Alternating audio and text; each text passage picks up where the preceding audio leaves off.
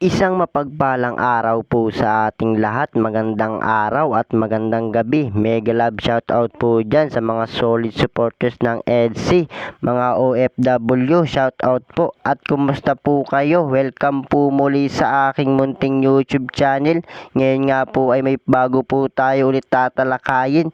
New update, Kuya Bal pumunta sa bahay nila Beyonce. Nagulat ito sa kanyang pagdating at pamilya ni Beyonce. Ganito pala ang ginawa. Ano ito? Yan po ang ating pag-uusapan ngayong gabi, mga kalingap. At so ayun po, kung bago pa lang po kayo sa aking munting YouTube channel, palike, share, and subscribe na rin po at pakipindot na rin po ng notification bell para lagi po kayong updated sa aking video. At paalala rin po, bago po tayo magbigay ng ating mga opinion, pakitapusin po muna ang kabuuan ng video para akma ang ating mga komento. At lagi din po nating suportahan ang founder ng Kalingap at nag-iisang ama ng Kalingap na si Kuya Bal Santos Matubang at Kalingap Rab. Yung sa araw-araw po nilang pagtulong atin pong suportahan nang sa ganon marami pa po sila malingap, lalong-lalo na nga po dyan yung mga kapo sa pangangailangan ay malingap nila.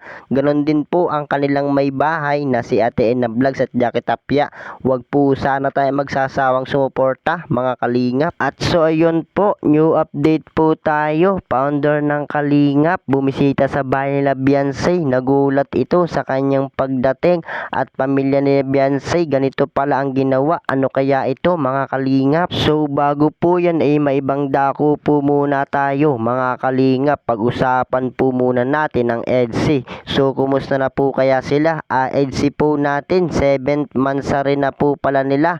So grabe po talaga ang kaganapan, mga kalingap. So dahil 7th mansari ng EDC, talagang napakasaya ng kanilang kaganapan dahil nga po sa kanilang pagsiselebrate, dumating ang EDC Singapore, ang mga Kriti nanay, kung saan sila po ang naging sponsor ng kasiyahan ng pagsiselebrate ng EDC, mga kalingap. At so ayun po, dito na nga po tayo sa ating tatalakayin ngayong gabi, mga kalingap. New update, founder ng Kalingap bumisita sa bahay nila Beyonce. Nagulat ito sa kanyang pagdating at pamilya ni Beyonce. Ganito pala ang ginawa. Ano kaya ito, mga kalingap? So sa pagdating nga po ni Kuya Bal sa bahay nila Beyonce talagang nagulat nga po siya sapagkat napakalinis ng bahay at talagang mas lalong gumanda ang kanilang bahay, mga kalingap. So yung sa araw ng pagbisita ni Kuya Bal araw din ng general cleaning ng pamilya ni Beyonce, mga kalingap. So talagang napakalinis at lahat po sila